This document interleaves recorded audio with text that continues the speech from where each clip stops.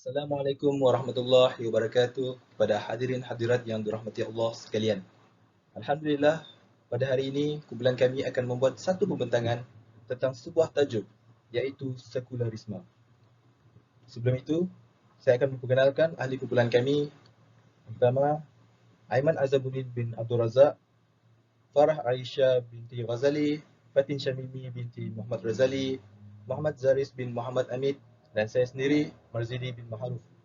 Tidak lupa juga, kami ingin ucapkan jutaan terima kasih kepada Ustazah Aisyah binti Azlan, pensyarah kami bagi kursus CTU 552 ini atas bimbingannya kepada kami untuk menyiapkan tugasan pada kali ini. Baiklah, untuk bahagian perkenalan ini, saya ingin menceritakan sedikit tentang sejarah ringkas bagi awal kemunculan fahaman ataupun ideologi sekularisme ini. Okey, pada awal abad ke-20, terdapat banyak ideologi ataupun fahaman yang datang daripada negara-negara barat. Oleh itu, terdapat ramai ilmuwan sekular yang datang daripada kalangan umat Islam sendiri, yang mana mereka mengembangkan ideologi ataupun nilai barat tersebut. Hal ini disebabkan oleh kelemahan pemerintahan dan kemusuhan kerajaan Islam pada zaman itu, dan ditambah lagi dengan penjajahan kerajaan Islam oleh kuasa barat. Okey, untuk maksud sekularisme, seperti yang dapat kita lihat pada slide ini, ia memberi erti sikap acuh, tak acuh ataupun penolakan kepada kepercayaan dan nilai agama. Iaitu mereka yang mengamalkan ajaran sekularisme ini tidak melihat dari sumber agama, tapi berusaha untuk mencari penjelasan saintifik bagi setiap perkara yang mereka ingin tahu. Selain itu, menurut Syed Muhammad Naqib Al-Attas, seorang filosofi Islam, dalam bukunya yang bertajuk Islam and Secularism, ada menyatakan bahawa maksud sekularisme berasal daripada bahasa Latin, iaitu seculum, yang memberi maksud masa dan tempat. Masa yang dikatakan oleh Syed Muhammad Naqib tersebut memberi erti kehidupan pada masa sekarang, manakala tempat pula ditafsirkan sebagai dunia. Selain itu, terdapat banyak lagi maksud sekularisme dari pelbagai bahasa, iaitu al-iminiyah dalam bahasa Arab, secularism dalam bahasa Inggeris, dan secularite dalam bahasa Parsi. Perkataan al-iminiyah ini digunakan oleh orang Arab yang beragama Kristian untuk mengelirukan umat Islam dan mendakwa bahawa perkataan tersebut berasal daripada perkataan ilmu. Okay, dan sekularisme adalah fahaman ataupun falsafah yang memisahkan agama, pentadbiran, ekonomi dan sebagainya. Okay, Syed Naqib Al-Attas juga ada menyatakan 3 ciri sekularisme itu, iaitu menghapuskan kepercayaan dari segi spiritual daripada alam, unsur keagamaan dalam politik dihilangkan, dan menghapuskan ciri nilai dalam agama dari segi pemikiran dan perbuatan manusia. Oleh itu, kita dapat lihat dengan jelas bahawa sekularisme ini adalah fahaman yang menolak tepi agama dalam kehidupan manusia. Seterusnya ialah objektif. Objektif ataupun tujuan bagi tugasan ini adalah untuk mempelajari bagaimana fahaman ini muncul dan apakah sejarah di sebaliknya. Selain itu, untuk mengenal pasti siapakah tokoh yang terdapat dalam ideologi ini. Selain itu, ia bertujuan untuk mempelajari apakah kesan daripada fahaman sekularisme ini, dan akhir sekali untuk mengenal pasti apakah faktor yang menyebabkan fahaman sekularisme ini tersebar, dan kita dapat tahu apakah peranan yang harus diambil oleh masyarakat untuk mengatasi fahaman ini. Untuk bahagian seterusnya, saya akan serahkan kepada Fatin Syamimi untuk menerangkan lebih lanjut tentang sejarah kemunculan fahaman sekularisme ini. Okey, mari saya teruskan dengan sejarah kemunculan sekularisme. Saya pasti Anda semua masih tertanya-tanya bagaimana munculnya sekularisme ini. Okey, mari kita teruskan. Okey, mari saya terangkan mengenai sejarah kemunculan sekularisme. Pertama sekali, untuk pengetahuan anda, sekularisme ni telah muncul di Eropah pada abad pertengahan Masihi. Kenapa? Ketika itulah pihak Eropah sedang mengalami kemerosotan dari segi ilmu pengetahuan, perdagangan dan juga perbandaran. Malah, ia telah membawa banyak perubahan terhadap perkembangan tamadun di Eropah, terutamanya dari perubahan sikap terhadap nilai keagamaan. Namun begitu, ketika itu dunia Islam sedang berkembang dengan pesatnya. Antara dunia Islam tersebut ialah zaman Khulafaur Rasyidin, Bani Umayyah dan juga Bani Abbasiyah. Baiklah, mengapa dan bagaimana sekularisme ini berlaku? Okey, di sini saya akan menjelaskan bahawa titik pertama lahirnya sekularisme. Ketika itu, cerdik pandai dan ahli falsafah, mereka telah meramalkan bahawa akan terjadinya suatu percambahan ilmu dan juga keruntuhan agama. Kenapa?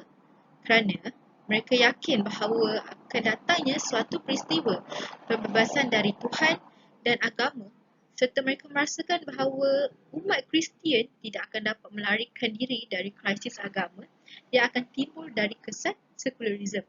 Malah, mereka juga mendakwa sekularisme ni wujud dalam kitab Injil dan ia merupakan salah satu daripada ajaran kitab Injil itu sendiri.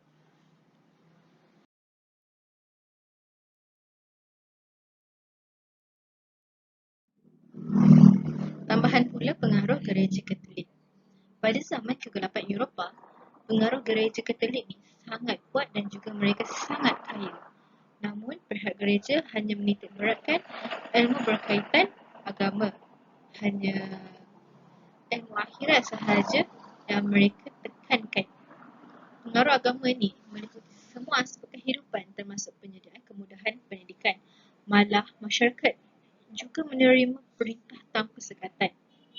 Untuk pengetahuan, manusia dibunuh hanya untuk apa yang mereka pelajari dan percaya kepada sains.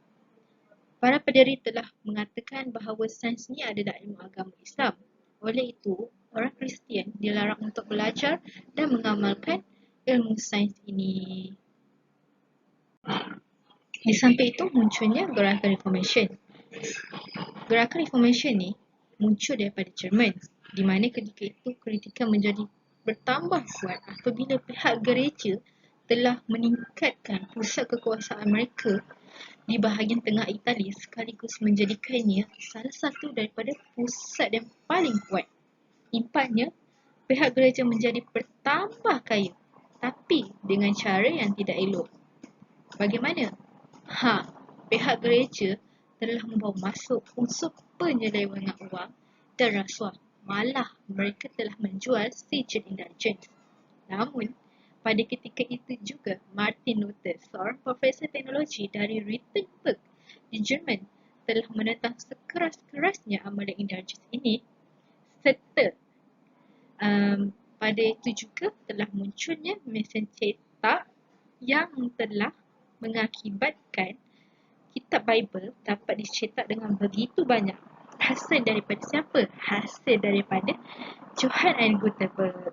Maka rakyat pada ketika itu dapat menalami kitab Bible dengan lebih mendalam. Selain itu, risiko sekularisme. Menurut Hofstadter, Malaysia telah memilih untuk tidak mendeklarasikan sama ada negara kita ini berstatus sekular ataupun tidak. Walaupun masa depan yang telah kita praktis oleh British sebelum merdeka sebenarnya menuju ke arah sekularisme. Namun, menurut Mustafa, media dan wacana politik kerap menimbulkan persoalan mengenai status negara Malaysia sama ada pernah atau akan menjadi sebuah negara sekular atau secara halus dengan penyataan negara Islam. Namun begitu, penyataan ini tidak mengubah visi dan hakikat rakyat Malaysia mempunyai pandangan yang sering berbeza dengan masa depan negara. Assalamualaikum dan salam sejahtera. Saya Aiman Azamuddin bin Abdul Razak. Jadi sekarang saya akan sambung topik berkenaan sekularisme dari segi ideologi tokoh. Seperti yang telah dibincangkan dan apa yang kita dah tahu setakat ini, sekularisme ini juga dikenalkan oleh gerakan formasi di Barat pada awal abad ke-16. Pada ketika itu, gerakan formasi ini ditubuhkan untuk memprotes pihak gereja yang telah menggunakan duit masyarakat. Hal ini adalah untuk kepentingan peribadi. Ia adalah kerana pihak gereja praktikkan jual beli surat penebusan dosa yang banyak dibantahi oleh pihak pemprotesan. Oleh sebab itu, ramai masyarakat yang berpaling tubuh kepada pihak gereja dan agama yang mereka anuti pada ketika itu. Yang pertama sekali, menurut pandangan Syed Muhammad Naqib Al-Attas, iaitu tokoh Islam filosofi. Beliau menyatakan bahawa kewujudan sekularisme ini adalah pengaruh Barat untuk mendamaikan pergaduhan antara falsafah dan agama. Pertelingkahan ini sebenarnya telah lama berlaku sejak zaman Yunani, kira-kira 400 tahun sebelum zaman Nabi Isa AS, yang melanjut hingga sekarang. Namun begitu, kemunculan sekularisme ini telah diramal oleh seorang lelaki bernama Jacques Martin sebelum berlakunya pergaduhan antara pihak gereja dan masyarakat Barat tersebut. Jacques Martin membuat ramalan sebegitu kerana telah terjadinya krisis yang mengkhawatirkan antara Kristian dan dunia Barat. Dan dia menamakan teori ini sebagai secularization yang diketuai oleh Auguste Comte dan banyak diterima pandangan oleh para pemikir dan filosofi. Mereka bersetuju menyuarakan pernyataan bahawa sekularisme ini merupakan akibat daripada proses modernisasi. Kemudian yang seterusnya, teori secularization yang dikemukakan oleh Auguste Comte melibatkan negara-negara maju seperti Inggeris, Amerika Syarikat dan Jerman yang telah memainkan faktor besar dalam penyusutan pengunjung gereja dari 1960 hingga ke masa sekarang. Hal ini boleh dikaitkan dengan zaman sekarang yang mana banyak orang mengaku beriman tetapi tidak beramal. Proses modernisasi ini juga termasuk segala perubahan masyarakat daripada agrarisis ke perindustrian, daripada kampung ke bandar, dari kebiadaban ke peradaban dan pelbagai lagi.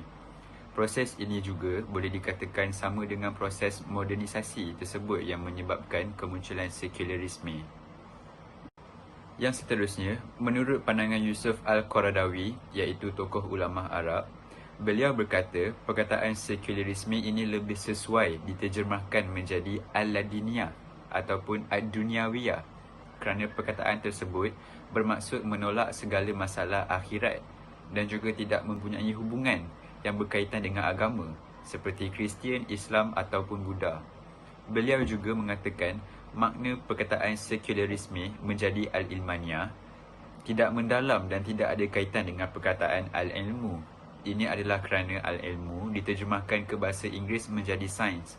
Walhal sekularisme ini lebih sesuai apabila dikaitkan dengan perkataan al-ladiniyah ataupun ad-dunyawiyah. Sekularisme menurut pandangan Yusuf Al-Qaradawi berasal dan berkembang pesat di Eropah. Dan itulah yang menyebabkan ketidaktepatan dalam menghuraikan maksudnya sendiri dalam bahasa Arab. Sudah pasti sekularisme diterjemahkan menjadi al-ilmaniyah adalah terjemahan yang tidak berlandaskan fakta dan tidak tepat kerana mereka beralasan perkataan tersebut mempunyai hubungan dengan ilmu sedangkan pengakhirannya ia tidak memberi maksud langsung dengan ilmu kerana orang Eropah Barat membina kehidupannya memang jauh dari agama yang dah wujud. Terbukti bahawa sekularisme ini telah memisahkan masyarakat dengan agama. Secara keseluruhannya, terbuktilah sekularisme tidak mempunyai kandungan dalam Islam apabila al-ilmaniyah yang bermaksud menggunakan ilmu dan akal. Namun apabila perkataan tersebut dimaksudkan dengan memisahkan antara akal dan ilmu atau menjauhkan kehidupan dan agama, maka ianya amatlah dilarang untuk diamalkan dalam agama Islam. Hal ini kerana perkara tersebut tidak tertulis dalam kitab Al-Quran dan sebabnya adalah Allah SWT memesan kepada manusia supaya sentiasa menggunakan akal dan segala perbuatan. Assalamualaikum warahmatullahi wabarakatuh. Nama saya Farah Erisha binti Ghazali. Saya akan membentangkan kesan-kesan sekularisme. Sekularisme adalah bermaksud satu fahaman yang memisahkan agama dari kehidupan masyarakat, khususnya kehidupan bernegara. Agama adalah masalah peribadi yang tidak mempunyai kaitan dengan negara. Manakala manusia adalah bebas dari asuhan agama dan ketetapan dari Yang Maha Kuasa. Sekularisme menentang sebarang pengaruh agama dan manusia bebas menentukan kepercayaan dan arah haluan hidupnya sendiri. Seperti yang kita semua tahu, bahawa setiap perkara yang berlaku pasti akan terhasilnya sesuatu kesan atau impak kepada aspek-aspek tertentu. Sudah terang lagi bersuluh, pengalaman elemen-elemen sekular telah menimbulkan kesan yang negatif berbanding positif terhadap kehidupan masyarakat yang dapat dilihat dari beberapa sudut kehidupan. Sebagai contoh, yang boleh dibagikan ialah dari segi sosial, ekonomi, cara pemikiran dan termasuk juga politik. Lebih-lebih lagi, kesemua contoh kemajuan pembangunan negara barat telah dijadikan ikutan kepada ketamadunan. Kesan sekularisme yang pertama ialah sosial. Dari segi bidang hiburan, terdapat terlalu banyak kegiatan hiburan dikunjungi oleh belia-belia yang beragama Islam yang menyertai pelbagai pesta dan konsert secara besar-besaran, minum arak, melakukan pelakuan bebas yang meruntuhkan akhlak apabila menyambut tahun baru khususnya. Ianya menjadi isu dari pendidikan sekular ini adalah ia mula memupuk minat dalam kalangan masyarakat untuk mengamalkan kehidupan bebas tanpa akhlak, mengumpulkan kekayaan berlebihan di dunia dan kurang minat mendalami Islam. Yang kedua ialah pekerjaan. Pekerjaan yang bertaraf tinggi dan profesional mendapat perhatian yang lebih, manakala dipandang rendah pula kepada bidang yang berainan agama dan kemanusiaan kerana dianggap sesuatu yang tidak mencabar minda sehinggakan kurang mendapat tempat di pasaran kerana kedudukan tangga gaji yang ditetapkan juga tidak lumayan. Kesan sekularisme yang kedua ialah ke atas ekonomi. Seperti mana yang masyarakat tahu, lahirnya dua bentuk sistem ekonomi iaitu sistem ekonomi kapitalis dan sosialis yang bermatlamatkan kekayaan dan material semata-mata tanpa memikirkan halal, haram, keadilan sosial, perkhidmatan serta kebajikan masyarakat. Sifat-sifat murni sistem ekonomi Islam semakin diketepikan terutamanya oleh pemimpin yang berjaya dipengaruhi dengan pemikiran sekular.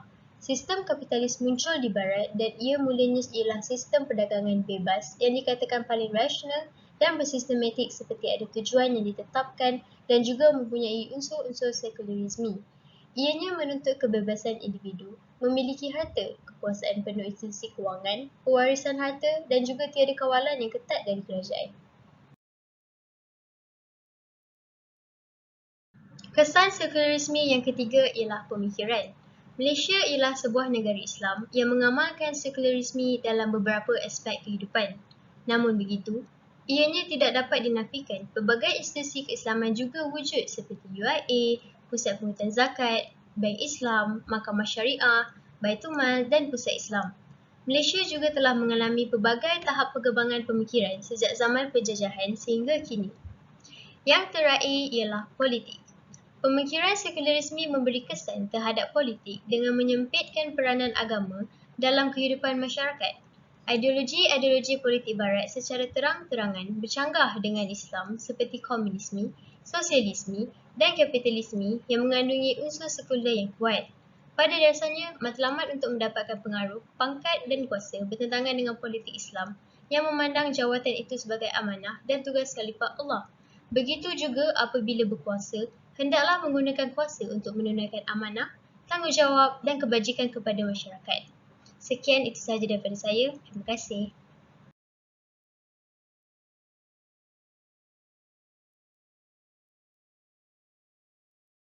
Seterusnya, kita akan memasuki bahagian faktor penyebaran sekularisme. Jadi kita akan membincangkan mengenai bagaimana ideologi sekularisme ini disebarkan kepada umum. Okey, terdapat dua faktor utama penyebaran sekular di dunia. Faktor yang utama sekali ialah faktor pendidikan. Awal ideologi sekular bermula melalui penulisan dan seterusnya barulah ia mula disebarkan kepada masyarakat. Pada masa itu, negara-negara Islam banyak menegaskan kaedah pendidikan Islam yang lama ataupun dikenali sebagai pendidikan tradisional. Jadi mereka lebih fokus kepada ilmu fardu ain. Apabila fahaman sekular ini mula tersebar melalui pendidikan Islam, maka timbullah satu kekeliruan pada masa itu, sehinggakan pendidikan profesional, akademik, sains dan teknologi dianggap sebagai sekular dan dituduh sebagai berteraskan Islam. Fahaman sekular juga banyak disebarkan oleh para ilmuwan Islam sendiri. Tokoh-tokoh seperti Abdul Rahman Wahid, Siti Muznah Mulia, dan Ulil Absar Abdallah memberikan dukungan kepada Islam liberal di Indonesia. Bahkan tokoh-tokoh sekular liberal di Asia kebanyakannya mempunyai latar belakang pendidikan Islam yang tinggi. Jadi beginilah bagaimana ideologi sekular tersebar melalui pendidikan kerana ia disebarkan sendiri oleh tokoh-tokoh ilmuwan Islam yang mempunyai pengaruh yang tinggi. Sekularisme tersebar melalui ruang politik. Jadi bagaimana ia berlaku? Sebagai contoh, saya mengambil situasi di Malaysia. Di Malaysia, kebangkitan Islam telah memberikan dampak kepada masyarakat dan juga telah menyebabkan kewujudan dua parti politik dalam kalangan orang Melayu.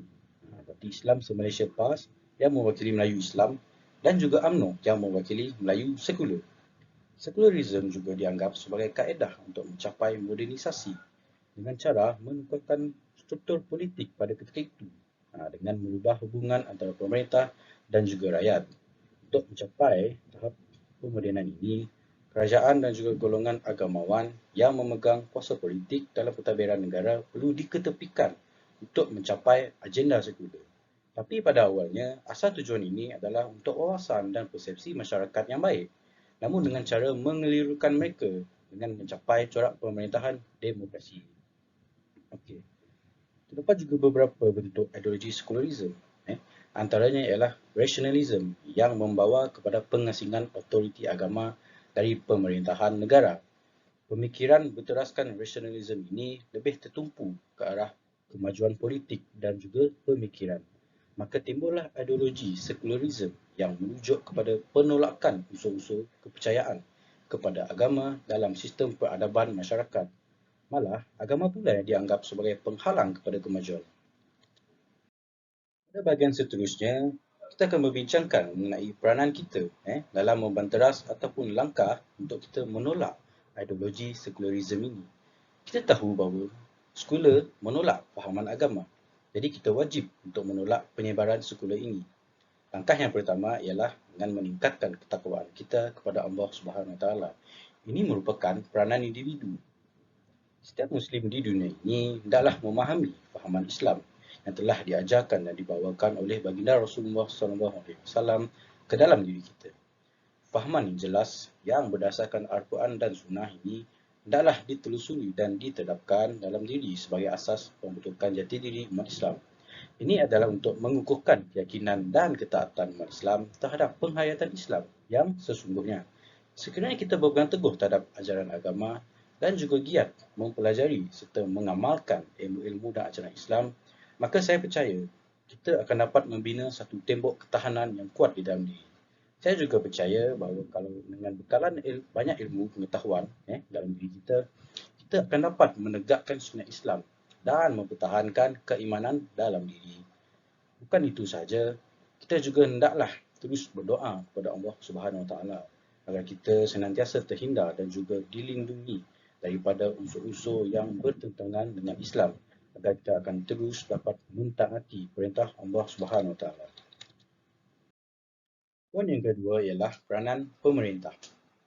Pemerintah negara mempunyai pengaruh yang besar dan juga kuasa yang mutlak dalam mentadbir sesebuah negara. Maka merekalah yang memainkan peranan yang besar dalam mempertahankan rakyat dan juga perjuangan menegakkan agama Islam. Undang-undang Islam haruslah diutamakan dan dipraktikkan dengan sempurna dalam memastikan keadilan dapat ditegakkan dan kesejahteraan umat Islam dapat dikekalkan dalam negara kita khususnya. Seterusnya ialah pihak kerajaan juga hendaklah senantiasa menjaga dan memerhatikan ruang cyber negara. Fahaman sekular barat ini dapat diperluaskan dengan cepat melalui pelbagai jenis media seperti contoh media sosial seperti YouTube dan juga Facebook. Oleh hal yang demikian, langkah yang proaktif hendaklah diambil iaitu dengan menapis dan mengharamkan konten-konten di media-media sosial yang secara jelas dapat memesongkan akidah umat Islam dan hendaklah dilakukan dengan segera. Ini dapat memastikan bahawa umat Islam negara ini akan sentiasa terjaga daripada fahaman-fahaman luar. Baiklah, terima kasih Muhammad Zaris atas perkongsian tadi. Sekarang kita berada di akhir pembentangan di bahagian kesimpulan. Kita dapat simpulkan bahawa ideologi sekular ini telah lama bertapak di Malaysia dan kita hendaklah mengerti bahawa fahaman ini bertentangan dengan ajaran Islam dan ia mampu untuk menggugat dan menggoyahkan kepercayaan kita terhadap agama kita sendiri. Namun sebagai seorang muslim dan muslimat, kita hendaklah yakin terhadap agama Islam kerana Allah Subhanahu Wa Taala telah berfirman dalam surah Ali Imran yang berbunyi Inna ad-dina indallahil Islam, yang bermaksud sesungguhnya agama yang benar dan diredai Allah adalah Islam. Oleh itu, sebagai rakyat Malaysia, perpaduan antara masyarakat adalah dipupuk khususnya sesama Islam bagi memerangi unsur yang bercanggah daripada ajaran yang dibawakan oleh Nabi Muhammad SAW agar kita dapat mempertahankan keimanan dan juga keunggulan agama Islam. Baiklah, demikian adalah pembentangan kami bagi tajuk sekularisme dan saya akhiri dengan wabillahi taufiq wal hidayah. Wassalamualaikum warahmatullahi wabarakatuh.